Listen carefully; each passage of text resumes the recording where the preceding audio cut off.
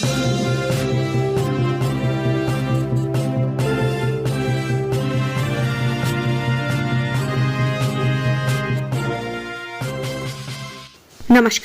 आपका हमारे news channel UK24 news में स्वागत है। मौसम समाचार। उत्तराखंड में बारिश और तूफान की आशंका, मौसम विभाग ने जारी किया येलो अलर्ट। उत्तराखंड में आज भी कई पहाड़ी जिलों में हल्की से मध्यम बारिश के साथ अंदर चलने की संभावना है। इसको लेकर मौसम विभाग ने येलो अलर्ट जारी किया है। बीते 2 दिनों से उत्तराखंड के अलग अलग इलाकों में बारिश हो रही है। बुधवार की बारिश के बाद ही उत्तराखंड का मौसम सुहावना हो गया है और लोगों को गर्मी से बड़ी राहत मिली है। अब बात करते हैं डीजल पेट्रोल के दामों की। उत्तराखंड में आज तेल के दाम स्थिर, जाने अपने शहर के रेट। देहरादून की बात करें तो आज पेट्रोल के दाम है 103 रुपए 79 पैसे, वहीं डीजल के दाम है 97 रुपए 43 पैसे। हरिद्वार की बात करें तो आज पेट्रोल के दाम है 102 रुपए 98 पैसे, वहीं डीजल के दाम है 96 रुपए 49 पैसे। रुद्रपुर की बात करें तो आज पेट्रोल के दाम है 103 रुपए 13 पैसे, वहीं डीजल के दाम है 96 रुपए 82 पैसे। हल्द्वानी की बात करें तो आज पेट्रोल के दाम है 102 रुपए 92 पैसे, वहीं डीजल के दाम है 96 रुपए 62 पैसे। जानिए आज देश और प्रदेश में क्या कुछ रहेगा खास। हरिद्वार पहुंचेंगे योगी धामी। आज यूपी सीएम योगी आदित्यनाथ अपने पैतृक गांव पंचूर से हरिद्वार पहुंचेंगे। यहां सुबह 11:30 बजे यूपी गेस्ट हाउस का उद्घाटन करेंगे। उनके साथ मुख्यमंत्री पुष्कर सिंह धामी मौजूद रहेंगे। करीब 12:30 बजे परिसंपत्तियों को लेकर दोनों राज्यों के सीएम बैठक करेंगे। इसके बाद दोनों का हरिद्वार में संतोषी मिलन का कार्यक्रम है। गरीब छात्रों के लिए प्राइवेट स्कूलों में आवेदन की लास्ट डेट। शिक्षा का अधिकार के तहत प्रदेश की प्राइवेट स्कूलों में गरीब और पिछड़े वर्ग के छात्र छात्राओं के लिए प्रवेश के आवेदन की बढ़ाई गई तिथि की समय सीमा आज समाप्त हो रही है। शिक्षा विभाग की ओर से RTE के तहत विभाग के पोर्टल पर आवेदन की तिथि 5 मई तक कर दी गई थी। गोलजू यात्रा का समापन। उत्तराखंड की सांस्कृतिक विरासत को संरक्षित करने व प्रदेश के दूरस्थ क्षेत्रों में स्वास्थ्य, शिक्षा, रोजगार की बेहतर व्यवस्था को लेकर अपनी धरोहर संस्था 24 अप्रैल से शुरू हुई गोलजू यात्रा आज नैनीताल के घोड़ाखाल मंदिर में संपन्न होगी। 2000 किलोमीटर लंबे इस यात्रा का शुभारंभ मुनस्यारी के बोन गाँव से किया गया था। यात्रा में कुमाऊं के सभी जिलों से होते हुए देहरादून, ऋषिकेश, कर्णप्रयाग समेत उत्तराखंड के अन्य जिलों में पहुंची।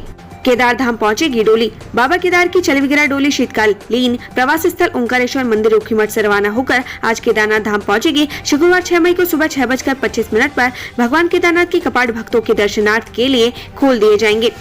जश्न की रिपोर्ट सौंपेगी बीजेपी। केंद्र में प्रधानमंत्री नरेंद्र मोदी के नेतृत्व में 26 मई को सरकार के 8 साल पूरे होने के मौके पर भाजपा देश भर में भव्य जश्न मनाने की तैयारी कर रही है। यह जश्न किस अंदाज में मनाया जाएगा, इसको लेकर गठित 12 नेताओं की समिति आज अपनी रिपोर्ट पार्टी नेतृत्व को सौंपेगी।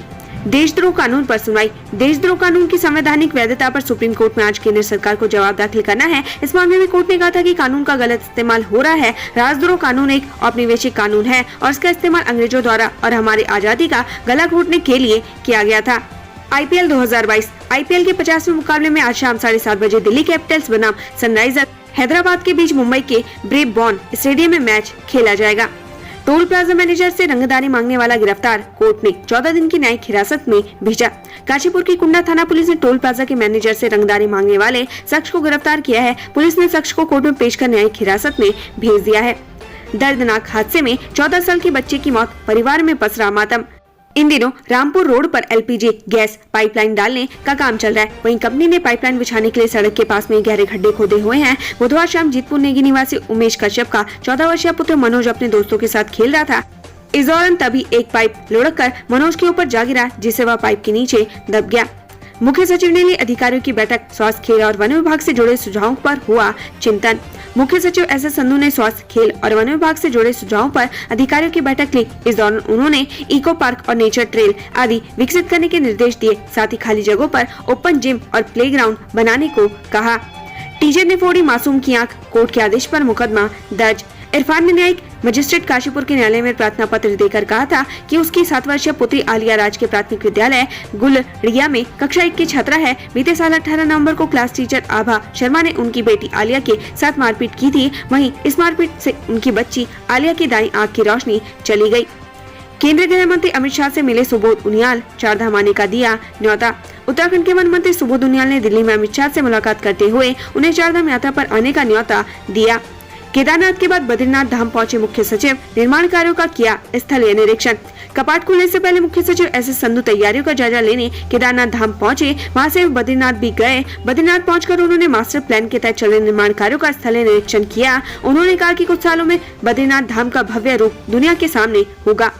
डिलीवरी के दौरान प्रसूता की मौत, नवजात की हालत गंभीर, परिजनों ने काटा अस्पताल में हंगामा।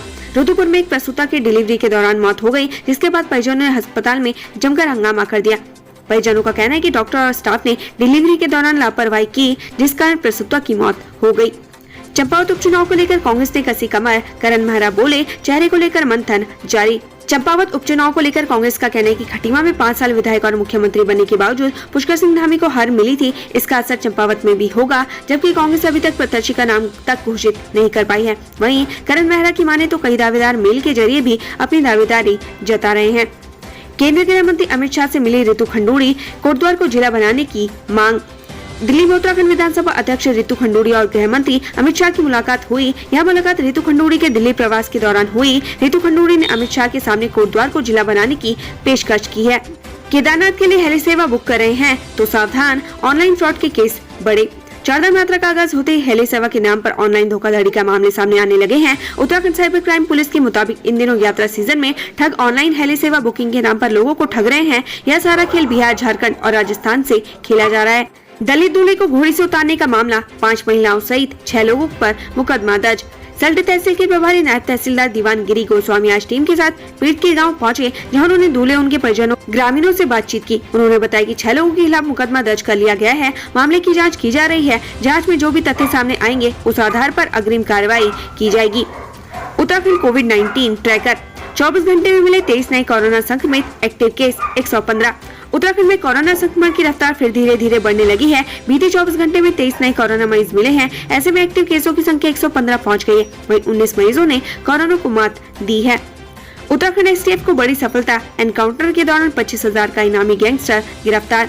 आखिरकार कुख्यात गैंगस्टर गुड्डू मुठभेड़ के दौरान उत्तराखंड एसटीएफ के हत्थे चढ़ गया है। गुड्डू कई वारदातों में वांटेड चल रहा था। उसके साथियों पर 25,000 का इनाम भी रखा गया था। हेमवती नंदन बहुगुणा के जीवन पर आधारित पुस्तक का विमोचन, खुले सियासत के कई अहम राज। बीजेपी सांसद रीता बहुगुणा जोशी ने अपने पिता की जीवन पर एक किताब लिखी है। इसका विमोचन दिल्ली में उपराष्ट्रपति एम वेंकैया नायडू, रक्षा मंत्री राजनाथ सिंह और सीएम पुष्कर सिंह धामी ने किया। इस किताब में रीता बहुगुणा जोशी ने सियासत की कई अहम राज खोले हैं, जिसे लेकर विमोचन से पहले ही विवाद शुरू हो गया था। विकासनगर में युवती नहर में कूदी, मौत। विकासनगर में एक युवती शक्ति नहर में कूद गई, जिससे उसकी मौके पर मौत हो गई। युवती का नाम राखी बताया जा रहा है। फिलहाल पुलिस आत्महत्या के कारणों की जांच में जुट गई है। उत्तराखंड चारधाम यात्रा मार्ग पर कूड़ा बनेगा परेशानी का सबब, कैसे होगा निस्तारण। गंगोत्री और यमुनोत्री धाम के कपाट खुलने के साथ ही उत्तराखंड में चारधाम यात्रा की शुरुआत हो चुकी है। कल 6 मई को केदारनाथ धाम और 8 मई को बद्रीनाथ धाम के कपाट खुलने हैं। इस बार चारधाम यात्रा में बड़ी संख्या में तीर्थयात्रियों के आने की उम्मीद है। ऐसे में चारधाम यात्रा मार्ग पर पड़ने वाले शहरों के सामने सबसे बड़ी चुनौती कूड़ा निस्तारण की होगी। हालांकि उत्तराखंड शहरी विकास विभाग ने कूड़ा निस्तारण के लिए योजना बनाई है, ताकि चारधाम यात्रा पर आने वाले श्रद्धालुओं को कहीं पर भी गंदगी के ढेर न दिखे। देहरादून में आज निकलेगी परशुराम जयंती शोभा यात्रा, बाहर जाने से पहले पढ़ ले रूट प्लान। श्री परशुराम जयंती पर शोभा यात्रा दोपहर 12 बजे प्रकाश नगर से शुरू होगी। जब शोभा यात्रा बिंदाल पुल के पास पेट्रोल पंप पर मेन रोड चक्राता रोड पर पहुंचेगी, तो उस दौरान बल्लभपुर चौक और कोलाघाट चौक से घंटाघर की ओर आने वाले यातायात को कृष्णनगर चौक की ओर न भेजकर कैंट होते हुए भेजा जाएगा। बाकी के ट्रैफिक को शोभा यात्रा के साथ संचालित किया जाएगा। इसके बाद जब शोभा यात्रा बिंदाल रोड से तिलक रोड पर प्रवेश करेगी, तब घंटाघर से कृष्णनगर चौक की तरफ आने वाले ट्रैफिक को बिंदाल रोड पर रोक कर चलाया जाएगा। शोभा यात्रा का पिछला हिस्सा तिलक रोड में प्रवेश करने पर संपूर्ण यातायात को सामान्य कर दिया जाएगा। जब शोभा यात्रा चक्राता रोड पर होगी, उस दौरान शोभा यात्रा के साथ साथ यातायात को भी संचालित किया जाएगा। दर्शनलाल चौक और दिलाराम से चक्राता रोड जाने वाले यातायात को न्यू कैंट रोड होकर भेजा जाएगा। शोभा यात्रा का पिछला हिस्सा बिंदाल पेट्रोल पंप से प्रकाश नगर में प्रवेश करने पर चक्राता रोड पर यातायात को सामान्य कर दिया जाएगा। देहरादून एसपी सिटी सरिता डोभाल ने बताया कि आपातकालीन सेवा वाले वाहनों को जाने दिया जाएगा। साथ ही जनता से अपील है कि शोभा यात्रा मार्ग का कम से कम प्रयोग करते हुए वैकल्पिक मार्ग का प्रयोग करें। सितारगंज ग्राम प्रधान मर्डर केस, तीनों दोषियों को आजीवन कारावास की सजा। सितारगंज में तालाब पर अवैध कब्जा करने का विरोध करने पर 2011 में ग्राम प्रधान की गोली मारकर हत्या कर दी गई थी। ग्राम प्रधान के हत्यारे 2 भाइयों सहित 3 लोगों को तृतीय अपर जिला एवं सत्र न्यायाधीश रजनीश शुक्ला ने आजीवन कारावास की सजा सुनाई है। तीनों पर 32 हजार रुपए का जुर्माना भी लगाया गया है। इस दौरान जिला शासकीय अधिवक्ता ने 11 गवाह पेश किए। शर्मनाक, टिहरी में 3 चाचा नाबालिग भतीजी से करते थे बलात्कार, गर्भवती होने पर खुला राज। उत्तराखंड के टिहरी जिले में रिश्तों को संसार करने वाला मामला सामने आया है। यहाँ रिश्ते में चर्चा लगने वाले 3 लोग पिछले काफी समय से नाबालिग लड़की के साथ दुष्कर्म कर रहे थे। इसी बीच पीड़िता गर्भवती हो गई। तब जाकर परिजनों को सच्चाई का पता चला। पीड़िता की मां ने तीनों आरोपियों के खिलाफ थाने में मुकदमा दर्ज कराया है। 2 आरोपी नाबालिग हैं। उत्तराखंड से संबंधित ऐसी ही खबरें पाने के लिए हमारे चैनल को लाइक व सब्सक्राइब जरूर करें। धन्यवाद।